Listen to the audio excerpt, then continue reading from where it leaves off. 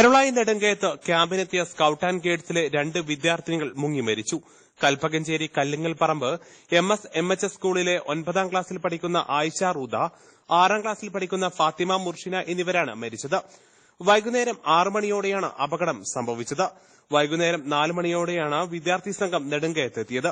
കരിമ്പുഴയിൽ കുളിക്കുന്നതിനിടെ 3 കുട്ടികൾ വെള്ളത്തിൽ മുങ്ങിയിരുന്നെങ്കിലും ഒരു കുട്ടിയെ കൂടെയുണ്ടായിരുന്ന അധ്യാപകൻ രക്ഷപ്പെടുത്തുകയായിരുന്നു. മുങ്ങിത്താഴ്ന്ന 2 കുട്ടികളെ വനം വകുപ്പിലെ ഡ്രൈവർ സിദ്ദീഖ് അലിയും നെടുങ്കയത്തെ കോളനി നിവാസികളും മുങ്ങിയെടുത്ത് നിലമ്പൂർ ജില്ലാ ആശുപത്രിയിലെത്തിച്ചെങ്കിലും ജീവൻ രക്ഷിക്കാനായില്ല. News now, Nilambur. എടക്കരയുടെ ഷോപ്പിംഗ് അനുഭവങ്ങളിൽ ഇനി പുത്തൻ ബ്രാൻഡുകളുടെയും അമ്പരപ്പിക്കുന്ന ഓഫറുകളുടെയും ഒത്തുചേരൽ.